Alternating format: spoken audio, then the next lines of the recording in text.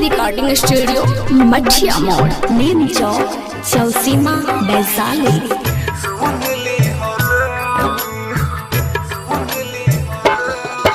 सोनम बतिया गैर के सुन ली हलू, सोनम बतिया गैर के सुन ली हलू।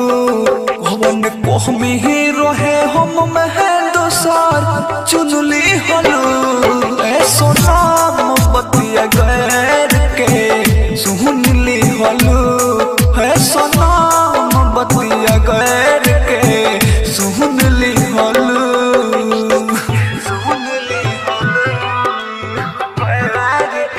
डीजे कंचन राज नीम चौक चौसीमा वैशाली।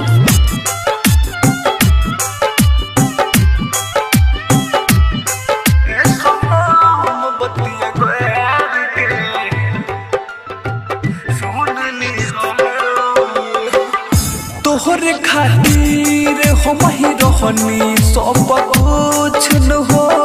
हज पता चलल बोलत रहलो हमसे झूठ न हो। हज पता चलल बोलत रहलो हमसे।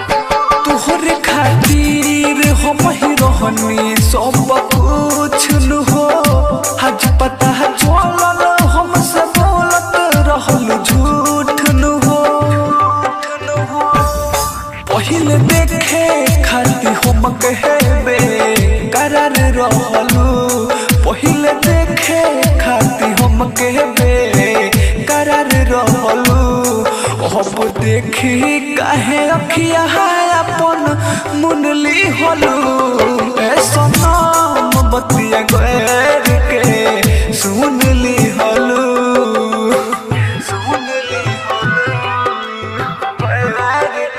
डीजे कंचन राज नीम चौक चौसीमा वैशाली। मिक्स भाग पल्लवी रिकॉर्डिंग स्टूडियो मठिया मोड़।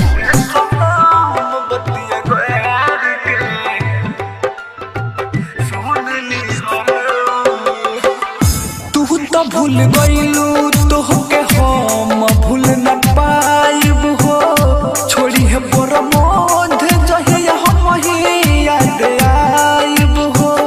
छोड़ी है प्रमोद जहिया हम ही याद आइब। तू तो भूल गईलू तोहके हम भूल न पाइब हो। छोड़ी है डीजे कंचन हम ही याद तोहके आइब हो। देख के जखम अमर जीत के रगरी नून दी हलू।